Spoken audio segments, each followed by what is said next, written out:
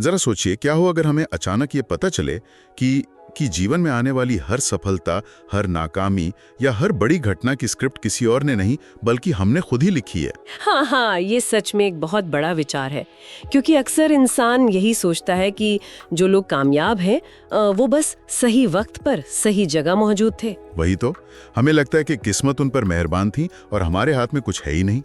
लेकिन आज इस गहन चर्चा में हमारे पास कुछ ऐसे स्रोत हैं जो इस धारणा को देखिए पूरी तरह से उलट देते हैं। आज हम उन लेखों के संग्रह का विश्लेषण कर रहे हैं जो rich dad poor dad, think and grow rich और माई जर्नी जैसी जिंदगी बदल देने वाली किताबों के रहस्य खोलते हैं। बिल्कुल, और सिर्फ लेखों की बात नहीं है, हमारे पास 2 बेहद प्रभावशाली किताबों के सीधे अंश भी मौजूद हैं, यानी पाउलो कोएल्हो की द अल्केमिस्ट और डॉक्टर जोसेफ मर्फी की the power of your subconscious mind. सही कहा।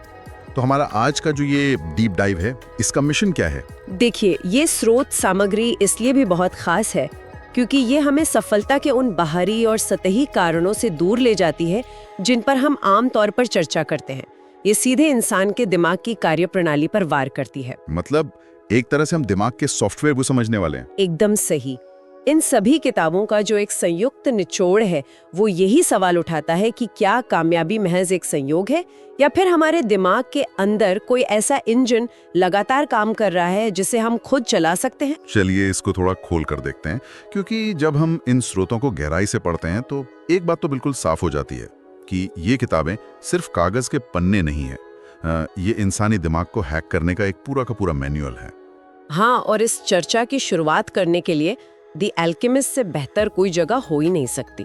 इस किताब में एक बहुत ही बुनियादी सवाल उठाया गया है कि हम जीवन में जो पाना चाहते हैं क्या वो हमें वाकई मिलता है। राइट। किताब की शुरुआत ही एक ऐसे लड़के की कहानी से होती है जिसे भेड़े चराना इसलिए पसंद है क्योंकि वो इसी बहाने नई जगहों की यात्रा कर सकता है, उसे घूमना पसंद है। बिल्कुल, और यात्रा के दौरान उस लड़के की मुलाकात एक बूढ़े व्यक्ति से होती है। वो बूढ़ा आदमी उस लड़के के साथ एक ऐसा फलसफा साझा करता है जो इस पूरी किताब की आत्मा है। वो कहता है कि जब कोई व्यक्ति वास्तव में किसी चीज को पाना चाहता है, मतलब पूरे दिल से उसकी इच्छा करता है, तो वो इच्छा सीधे कायनात की रूह से जन्म लेती है। कायनात की रूह यानी सोल ऑफ द यूनिवर्स। हाँ, वही। इस पृथ्वी पर उस इच्छा को हासिल करना ही उस व्यक्ति की एकमात्र असली जिम्मेदारी है। और जब वो पूरे संकल्प के साथ उसे पाना चाहता है तो ये पूरी दुनिया, ये पूरी कायनात उसे हासिल करने में उसकी मदद करने लगती है। सुनने में तो ये विचार बहुत ही जादुई और प्रेरणादायक लगता है, लेकिन स्रोत में इसी कहानी के अंदर एक बहुत ही जमीनी और थोड़ा कड़वा उदाहरण भी दिया गया है। वो बूढ़ा आदमी चौक पर खड़े एक डबल रोटी या कह लें ब्रेड बेचने वाले बेकरी वाले की तरफ इशारा करता है। ही दुनिया घूमने का था उस लड़के की तरह, लेकिन उस बेकरी वाले ने अपने सपने के साथ एक समझौता कर लिया। उसने अपना रास्ता बदल लिया। बिल्कुल। उसने सोचा कि सीधा यात्रा पर निकलने के बजाय वो पहले एक बेकरी खोलेगा। उसने फैसला किया कि वो पैसे कमाएगा और जब बुढ़ापे में उसके पास बहुत सारी बचत हो जाएगी तब वो आराम से 1 महीना अफ्रीका में गुजारेगा। और यही सबसे बड़ी विडंबना है ना? उसे ये एहसास ही नहीं हुआ कि इंसान अपनी जिंदगी के किसी भी मुकाम पर, किसी भी उम्र में अपने ख्वाब पूरे करने की क्षमता रखता है। वो बस कल की सुरक्षा के इंतजार में अपने आज के असली सपने का गला घोटता रहा। सही कहा आपने। इंसान अक्सर यही गलती करता है। अगर मैं इसके लिए एक रूपक का इस्तेमाल करूं तो ये बेकरी वाला बिल्कुल उस इंसान की तरह है जो एक बहुत ही खूबसूरत घर का हर महीने किराया तो भर रहा है, लेकिन उसमें रहने कभी नहीं जाता। वो बस इस इंतजार में है कि जब इस पूरे मोहल्ले की सड़कें पक्की हो जाएंगी तब मैं इस घर में शिफ्ट होऊंगा। और जाहिर है वो दिन कभी आता ही नहीं। वो कभी उस घर का आनंद नहीं ले पाएगा। ये तुलना हालातों को बहुत अच्छी तरह स्पष्ट करती है। और यहाँ जो सबसे ज्यादा आकर्षक और सच कहूँ तो थोड़ी डराने वाली बात है वो ये है कि कायनात की रूह सिर्फ सकारात्मक चीजों से नहीं चलती।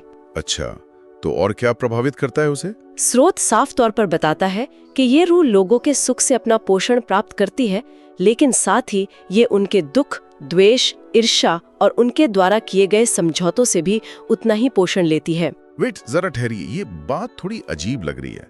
मतलब अगर कोई इंसान अपने सपनों को लेकर समझौते कर रहा है या अपनी परिस्थिति से दुखी है, तो क्या ये कायनात उस दुख को भी सच करने में मदद करती है? तकनीकी रूप से देखा जाए तो हाँ, कायनात की रूह अच्छे या बुरे में फर्क नहीं करती। वो सिर्फ उस प्रबल भावना पर प्रतिक्रिया देती है जो इंसान के भीतर चल रही है। ओह वाह, ये तो बहुत बड़ा पॉइंट है। हाँ, अगर भीतर डर और समझौते की भावना है तो बाहरी दुनिया में भी वही हकीकत बनने लगती है।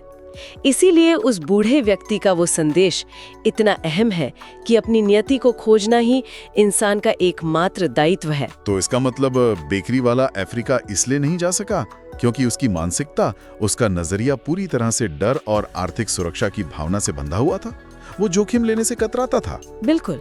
और अगर कायनात हमारे अंदर की भावनाओं पर काम कर रही है तो सवाल उठता है कि एक सही मानसिकता या माइंडसेट असल में होता क्या है।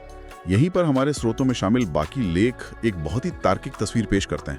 हाँ, अगर हम माइंडसेट के विज्ञान को समझना चाहते हैं तो रिच डैड पुअर डैड पर आधारित लेख इसका एक बेहतरीन उदाहरण है। ये किताब हमें बताती है कि मिडिल क्लास और अमीर लोगों के बीच जो सबसे बड़ी खाई है वो बैंक बैलेंस की नहीं बल्कि सोच की है। सोच की खाई, इसे थोड़ा और विस्तार से बताइए। देखिए, मिडिल क्लास व्यक्ति मुख्य रूप से डर के कारण पैसे के लिए काम करता है। अपनी नौकरी जाने का डर, बिल ना भर पाने का डर, समाज में रुतबा छिन जाने का डर, उसकी पूरी जिंदगी इस डर को शांत करने में ही निकल जाती है। और दूसरी तरफ अमीर लोग महज पैसे के लिए काम नहीं करते। स्रोत के अनुसार वो काम सीखने के लिए काम करते हैं। वो अपने समय को ऐसी संपत्तियां या सिस्टम बनाने में लगाते हैं ताकि पैसा खुद ब खुद उनके लिए काम करे। मतलब वो उस डर के चक्रव्यूह से बाहर निकलकर सोचते हैं। एकदम सही। और इसी माइंडसेट का एक और गहरा प्रमाण हमें नेपोलियन हिल की किताब थिंक एंड ग्रो रिच के लेख में मिलता है। स्रोत बताता है कि हिल ने महज कुछ महीनों नहीं बल्कि पूरे 20 साल तक दुनिया के सबसे सफल और अमीर लोगों पर रिसर्च की थी। 20 साल, ये तो बहुत लंबा समय है किसी एक विषय पर फोकस करने के लिए। हाँ, और उनका निष्कर्ष बहुत ही सीधा और स्पष्ट था। किसी भी इंसान को आर्थिक रूप से अमीर बनने से पहले उसको मानसिक रूप से अमीर सोचना पड़ता है। और सिर्फ पैसों की बात नहीं है। डॉक्टर एपीजे अब्दुल कलाम की किताब माई जर्नी का जो हिस्सा स्रोत में शामिल है वो भी यही सिखाता है। सही कहा। कलाम साहब की कहानी तो वैसे भी बहुत प्रेरक है। बिल्कुल, वो दिखाती है कि कैसे एक हताश और निराश व्यक्ति भी अगर महज अपना नजरिया बदल ले तो वो अपने संघर्षों से भरी जिंदगी से भी प्यार करना सीख सकता है। लेकिन देखिए, यहाँ मुझे एक चीज खटकती है। जब नेपोलियन हिल कहते हैं कि अमीर सोचना पड़ता है, तो क्या इसका मतलब ये है कि अगर कोई इंसान बस सोफे पर आराम से बैठकर ये कल्पना करता रहे कि वो करोड़पति है तो वो रातों रात अमीर बन जाएगा? ये तो किसी सस्ते जादू या भ्रम जैसी बात हो गई है ना। सिर्फ सोचने भर से कोई सिस्टम कैसे खड़ा हो सकता है? मैं समझ सकती हूँ आप ऐसा क्यों सोच रहे हैं। ये एक बहुत ही लाजिमी सवाल है और इसका जवाब समझना बहुत जरूरी है। देखिए, ये कोई जादू या रहस्यवाद नहीं है बल्कि ये विशुद्ध न्यूरोलॉजिकल प्रोग्रामिंग है। Neurological programming? हाँ, जब स्रोत में अमीर सोचने की बात की गई है तो उसका मतलब दिन में हवाई किले बनाना नहीं है। इसका मतलब है अपने दिमाग की बुनियादी बनावट और फोकस को बदलना। देखिए, जब इंसान की सोच बदलती है तो उसके रोजमर्रा के फैसले बदलते हैं। वो डर के बजाय अवसरों पर ध्यान केंद्रित करने लगता है। ओह, यानी सोच बदलने से फैसले बदलते हैं और फैसलों से एक्शंस तय होते हैं। बिल्कुल, जब फैसले बदलते हैं तो इंसान के काम करने का तरीका बदलता है और उन लगातार किए गए एक्शंस का जो परिणाम आता है वो धीरे धीरे उसकी वास्तविकता को बदल देता है। सोच वो शुरुआती बीज है जो इस पूरी श्रृंखला को जन्म देता है। तो ये न्यूरोलॉजिकल प्रोग्रामिंग या ये पूरी श्रृंखला असल में शुरू कहाँ से होती है? हमारे दिमाग का वो कौन सा हिस्सा है जो इस पूरे सिस्टम को खामोशी से चला रहा है? और यहीं पर हमारी चर्चा के सबसे दिलचस्प हिस्से में प्रवेश होता है, डॉक्टर जोसेफ मर्फी की किताब the power of your subconscious mind. हाँ, ये किताब इस प्रोग्रामिंग के पीछे के विज्ञान और उसके मैकेनिज्म को बहुत ही बारीकी से समझाती है। डॉक्टर मर्फी का जो बैकग्राउंड है वो इस विषय की गहराई को समझने के लिए बहुत महत्वपूर्ण है। स्रोत के अनुसार उन्होंने मनोविज्ञान यानी साइकोलॉजी में पीएचडी की थी, है ना? सही कहा। उन्होंने अपना अधिकांश जीवन पूर्वी धर्मों के अध्ययन में बिताया और शोध के सिलसिले में वो कई साल तक भारत में भी रहे। विज्ञान और आध्यात्मिकता दोनों का गहरा अध्ययन करने के बाद वो इस नतीजे पर पहुंचे कि पूरी सृष्टि में एक विराट शक्ति व्याप्त है। और वो शक्ति आसमान में या कहीं बाहर नहीं है? बिल्कुल नहीं, वो हर इंसान के अपने भीतर मौजूद है, उसके अवचेतन मन यानी सबकॉन्शियस माइंड के रूप में। और स्रोत में ये भी जिक्र है कि ये डॉक्टर मर्फी पर न्यू थॉट मुहिम के सिद्धांतों का बहुत गहरा प्रभाव था, जो 19वीं सदी के आखिर में अमेरिका में लोकप्रिय हुए थे। इस मुहिम का मूल विचार यही था कि ईश्वरीय या अनंत प्रज्ञा हमारे ही भीतर मौजूद है। हाँ, और अगर हम सही सोच की तकनीक अपना लें तो जीवन की हर समस्या, यहाँ तक कि गंभीर बीमारियों का उपचार भी संभव है। इस बात को समझाने के लिए उन्होंने इंसान के दिमाग को 2 अलग-अलग हिस्सों में बांटा है, चेतन मन यानी कॉन्शियस माइंड और अवचेतन मन यानी सबकॉन्शियस माइंड। इन दोनों के बीच का अंतर समझना ही इस पूरी चर्चा की सबसे बड़ी कुंजी है, और किताब में इस अंतर को समझाने के लिए बहुत ही सुंदर रूपकों का इस्तेमाल किया गया है। हाँ, उनका पहला रूपक है एक बगीचे का।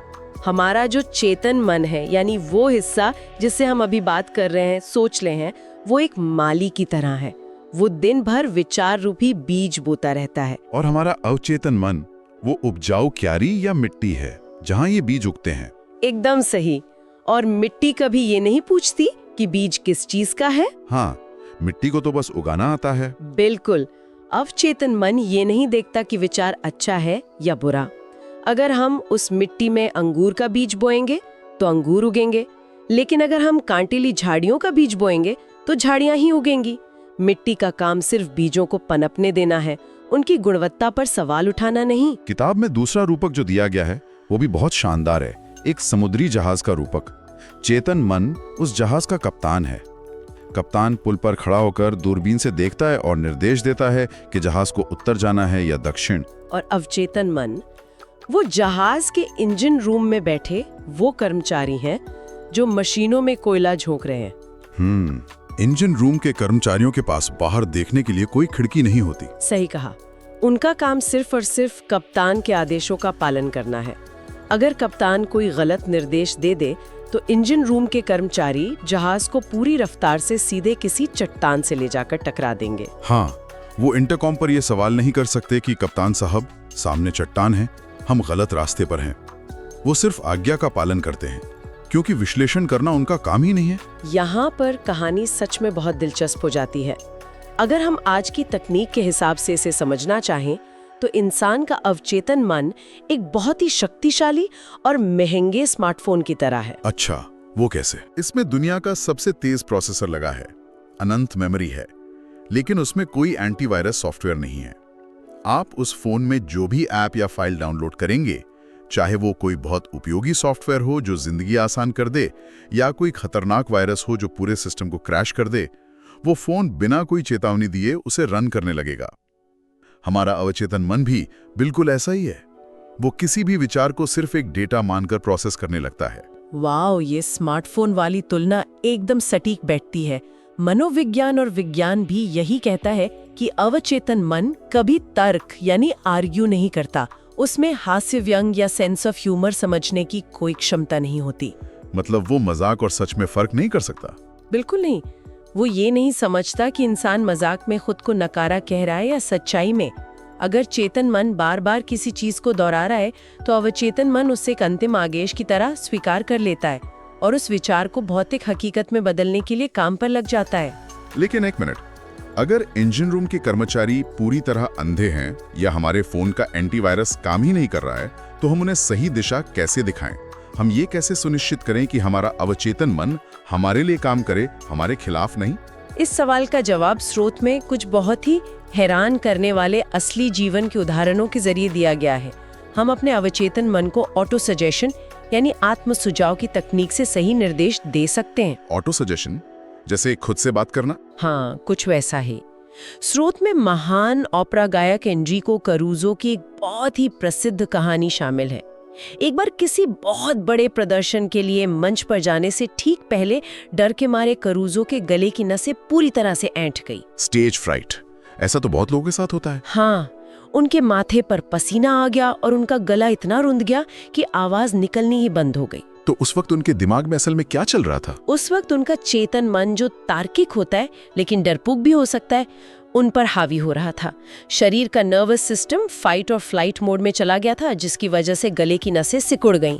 तब करूजो ने मनोविज्ञान का एक बहुत ही गहरा प्रयोग किया। उन्होंने क्या किया? उन्होंने अपने उस डरे हुए, पैनिक कर रहे चेतन मन को छोटा मैं यानी लिटिल मी नाम दिया और अपने भीतर की असीम शक्ति यानी अपने अवचेतन मन को बड़ा मैं यानी बिग मी कहा।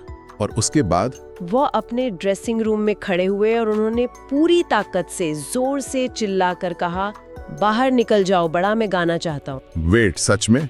उन्होंने अकेले में चिल्लाकर खुद को आदेश दिया? बिल्कुल।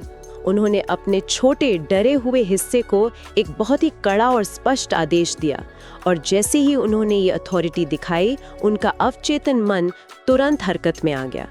इस कड़े आदेश ने उनके डर वाले नर्वस सिस्टम को बाईपास कर दिया। उनके गले की मांसपेशियां अचानक ढीली हो गईं और वो मंच पर जाकर अपने करियर का सबसे शानदार प्रदर्शन कर सके। अरे वाह! उन्होंने ऑटो सजेशन से अपने इंजन रूम को एक सीधा और नया आदेश दिया था। सही पकड़ा आपने। ये तो वाकई अद्भुत है। लेकिन क्या ये सिर्फ क्षणिक तर्क को भगाने के काम आता है, या इससे जीवन की परिस्थितियां भी बदली जा सकती हैं? क्योंकि इस स्रोत में एक और कहानी है जो मुझे व्यक्तिगत रूप से बहुत हैरान कर गई। वो एक 75 साल की विधवा महिला की कहानी है। हाँ, वो कहानी अवचेतन मन की शक्ति का एक और पहलू दिखाती है। उस 75 वर्षीय महिला को लगता था कि उसकी जिंदगी अब बिल्कुल सूनी और निराशाजनक हो गई है। उसके पास भविष्य की कोई उम्मीद नहीं बची थी, जो कि उस उम्र में एक आम बात है लोगों का सोचना। बिल्कुल। लेकिन फिर उसे इस शक्ति के बारे में पता चला और उसने ऑटो सजेशन का इस्तेमाल करने का फैसला किया। उसने रोजाना पूरी भावना और विश्वास के साथ दिन में कई बार एक ही बात खुद से दोहरानी शुरू की। वो कहती, कोई मुझे चाहता है, मैं सुरक्षित, सुखी और शादीशुदा हूँ। सोचिए, 75 साल की उम्र में आमतौर पर एक तार्किक इंसान या हमारा चेतन मन कहेगा कि इस उम्र में अब क्या शादी होगी। हाँ, लेकिन अवचेतन मन उम्र या समाज की तार्किक संभावनाओं को नहीं समझता। उसने बस उस महिला के आदेश को स्वीकार कर लिया। और स्रोत बताता है कि इस ऑटो सजेशन के महज 2 हफ्ते बाद एक दवाई की दुकान पर उस महिला की मुलाकात एक रिटायर्ड फार्मासिस्ट से हुई। सिर्फ 2 हफ्ते में? हाँ, दोनों में बातचीत शुरू हुई और 1 हफ्ते के भीतर ही उस फार्मासिस्ट ने शादी का प्रस्ताव रख दिया। उस महिला ने सिर्फ अपने विचारों की फ्रीक्वेंसी बदलकर उस वास्तविकता को अपनी ओर खींच लिया था। ये सच में किसी चमत्कार जैसा लगता है। और अगर हम इसे एक बड़े परिप्रेक्ष्य में देखें तो सिर्फ रिश्ते या सफलता ही नहीं, इस शक्ति का असर इंसान के भौतिक शरीर और उसकी सेहत पर भी उतना ही गहरा होता है। स्रोत में एक बहुत ही हैरान करने वाला मेडिकल उदाहरण दिया गया है, जिसे विज्ञान की भाषा में प्लेसिबो इफेक्ट कहते हैं। हाँ, मैं इसके बारे में सुन चुका हूँ, पर स्रोत वाला उदाहरण सच में अजीब है। देखिए, एक मरीज बहुत ही गंभीर बीमारी, संभवतः टीबी से पीड़ित था। उस दौर में ये एक जानलेवा बीमारी थी।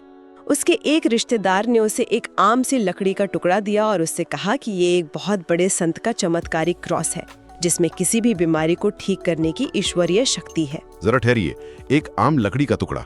तो क्या उस लकड़ी ने उस मरीज को ठीक कर दिया? ये चिकित्सकीय रूप से कैसे संभव हो सकता है? लकड़ी के टुकड़े ने कुछ नहीं किया, वो तो सिर्फ एक माध्यम था। सारा खेल उस इंसान के विश्वास का था। उस मरीज ने इस बात पर इतना गहरा विश्वास कर लिया कि ये क्रॉस सच में एक चमत्कार है। उसका मतलब उसके चेतन मन ने उस पर यकीन कर लिया। हाँ, उसके चेतन मन ने बिना किसी शक के इस विचार को स्वीकार किया और इसे एक परम सत्य के रूप में अवचेतन मन को सौंप दिया। और जैसा कि हम जानते हैं, हमारा अवचेतन मन हमारे शरीर के हर फंक्शन, हर कोशिका और हमारे इम्यून सिस्टम को नियंत्रित करता है। तो दिमाग ने खुद को हील करना शुरू कर दिया? बिल्कुल। उस अटूट विश्वास ने शरीर के अंदर एक ऐसा जबरदस्त हीलिंग रिस्पॉन्स ट्रिगर किया कि उसकी गंभीर बीमारी पूरी तरह से ठीक हो गई।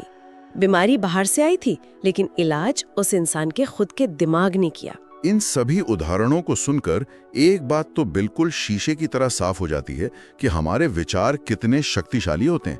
लेकिन इसका एक उल्टा और खतरनाक पहलू भी है ना? आपका इशारा किस तरफ है? अगर आत्म सुझाव या ऑटो सजेशन हमें जीवन दे सकता है, हमें मंच पर खड़े होने की ताकत दे सकता है, तो बाहरी सुझाव, जिसे हेट्रो सजेशन कहते हैं, हमें पूरी तरह से बर्बाद भी कर सकते हैं। आप बिल्कुल सही कह रहे हैं। बाहरी सुझाव हमारे जीवन में बहुत बड़ी भूमिका निभाते हैं। जैसे जब हम अखबारों या न्यूज़ चैनल्स पर लगातार हत्या, मंदी और तबाही की नकारात्मक खबरें देखते हैं, या जब समाज या कोई रिश्तेदार हमें बार बार कहता है कि तुम ये नहीं कर सकते या तुम्हारे अंदर वो बात नहीं है, हाँ, और तब हमारा चेतन मन अक्सर उन बातों को सच मान लेता है और वो उस नकारात्मकता को हमारे अवचेतन रूपी बागीचे में बो देता है। फिर हमारा आज्ञाकारी अवचेतन उसी असफलता और डर को हकीकत बनाने में लग जाता है। इसीलिए हमें अपने कानों में पड़ने वाले बाहरी सुझावों को लेकर बहुत ज्यादा सतर्क रहना चाहिए। सही कहा।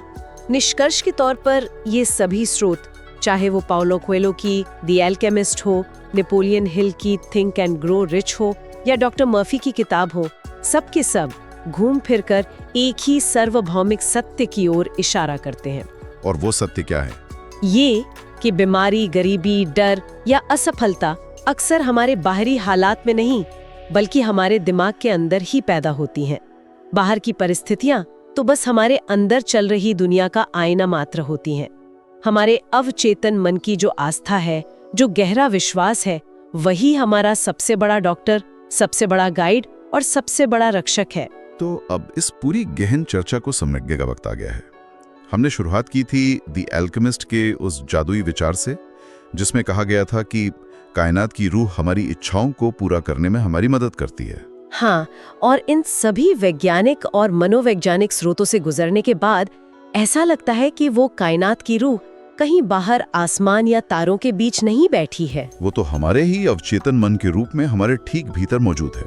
अगर हम अपने चेतन मन रूपी कप्तान को सही और स्पष्ट निर्देश देना सिखा दें, तो हमारा अवचेतन मन रूपी इंजन रूम उस पूरी की पूरी कायनात को सच कर दिखाता है। और इस पूरी चर्चा की प्रासंगिकता यही है कि ये कोई ऐसा स्विच नहीं है जिसे इंसान अपनी मर्जी से चालू या बंद कर सके।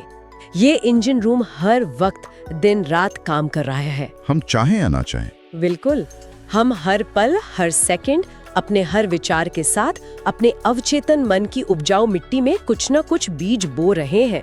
सवाल ये नहीं है कि खेती हो रही है या नहीं, खेती तो लगातार हो रही है। असली सवाल ये है कि हम अनजाने में बो क्या रहे हैं। और आपकी इसी बात से मुझे आज का सबसे बड़ा और सबसे अहम सवाल याद आता है। एक ऐसा विचार जो शायद सीधे तौर पर इन किताबों के पन्नों में नहीं लिखा है, लेकिन 2026 की आज की इस दुनिया में सबसे ज्यादा लागू होता है। वो क्या? जरा सोचिए, आज के इस डिजिटल युग में जब हम दिन भर अपने फोन पर सोशल मीडिया स्क्रॉल करते हैं, दूसरों की नकली और परफेक्ट जिंदगी को देखकर खुद को कोसते हैं, अपनी तुलना करते हैं, या इंटरनेट पर लगातार डरा देने वाली और नकारात्मक खबरें पढ़ते हैं, जिसे डूम स्क्रॉलिंग कहते हैं, तो हम अपने उस अंधे लेकिन बेहद आज्ञाकारी अवचेतन मन के बगीचे में अनजाने में कौन से जहरीले बीज बो रहे हैं। ये वाकई सोचने वाली बात है। और जब वो बीज कल कांटे बनकर हमारी ही असल जिंदगी में उगेंगे, तो क्या हम तब भी अपनी किस्मत को ही दोष देंगे? जाने से पहले इस सवाल पर जरूर विचार कीजिएगा। इस गहन चर्चा का हिस्सा बनने के लिए बहुत बहुत धन्यवाद।